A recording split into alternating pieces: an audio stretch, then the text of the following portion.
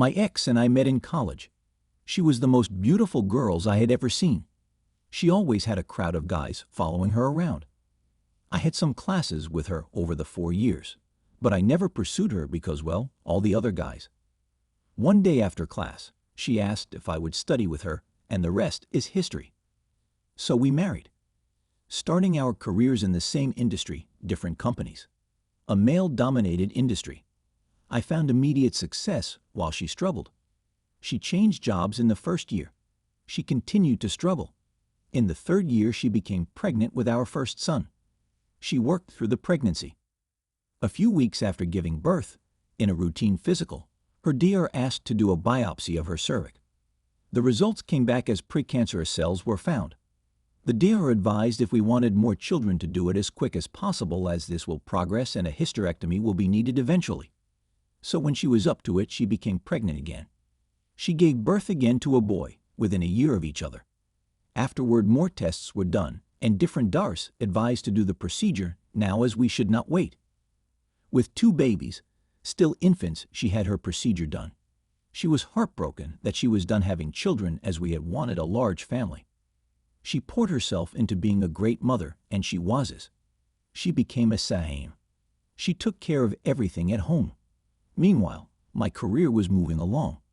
I was offered a position with another company with a large salary bump. Life is good. When the boys went off to school, she volunteered at school and was a fixture there. I should mention that we had close friends we went to school with, A and B. We saw each other often. They started their family about the time we did. They have 1 son. The families went on vacations together, dinner, outings. We were best of friends. After the son was born, A, the mother, went back to work and is very successful. B had a good job also until about 2001, where his job was eliminated. He struggled to find work in his field, as the economy back then really affected his field. So the decision was he would be a SAHE while looking for work where we lived, as they did not want to move. The X and B did things together with kids.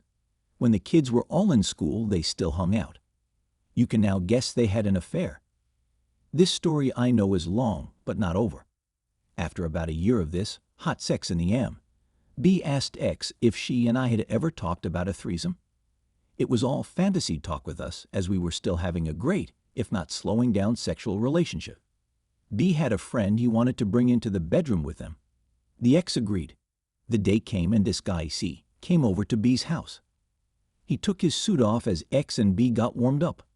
So they had their threesome. Afterward, the guy told them that he usually had to pay for sex, so he left a couple $100 bills and asked X if he could have a 1-1 with X. She told him she needed to think about that and B would get back to him. Eventually, C recommended someone else and a business was born. Eventually, B was reemployed and had to leave X on her own. She used a different cell phone. She rented out a storage unit and made it her closet/office. She used the money to buy outfits her clientele requested. She even bought a car. She did not want her minivan spotted at a hotel. The guys had to pay for a room at a nice hotel. She kept the car at the storage unit. Everything was in cash. She never brought the money into our lives that I know of, though we would send the kids to different day camps during summer. She claimed she tightened up our budget to pay for it. She only worked during school hours. She always picked the boys up at school. On a few rare occasions, B would pick them up and keep them until she got home. Our home life never suffered. I admit I was working a ton and moving up the ladder. The weekends were our family time. Sex was generally on the weekends. I thought because of my work life, this worked best. Most nights we would cuddle on the couch watching TV. Almost done. 2016 comes along. We have 1 son in college, the other a senior in Hess. I get a call from BX is in the hospital. He was vague but said she is hurt bad. I rush to the hospital. My wife is hooked to a bunch of machines. They have already cleaned her up and taken her for trays. She has a broken jaw, broken nose, fractured orbital bone, possible concussion. She will make it but will be a long road ahead. A police officer was finishing up and left. I of course want to know what happened. She was crying, talking gibberish through her sobs and pain meds. A nurse said I should let her rest. They were moving her to a room soon. She handed me a bag with her clothes. I looked in and asked if these were hers because she never wears heels and the dress was unfamiliar. The nurse said this is what they brought from the hotel room. So they pushed me out of the room. I called my sons to let them know. Later that night, when the fog of the drugs were wearing off, I got some of the story. She drifted off again.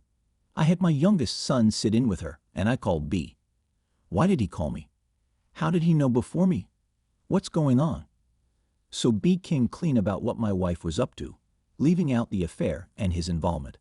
I was devastated. We eventually get her home after surgery on her jaw. The nose would wait. She convalesced at home. As she got stronger, I got the whole story. I called A and told of the affair and B as a pimp. She threw B out. As she got on her feet, I told her we were done. I asked her to move out. She moved in with B. I got the divorce rolling. I am sitting here 5 years divorced. I still love her. It is as if she had died. The grief is unbearable. My boys know what she did. I have not spoken to her since she left.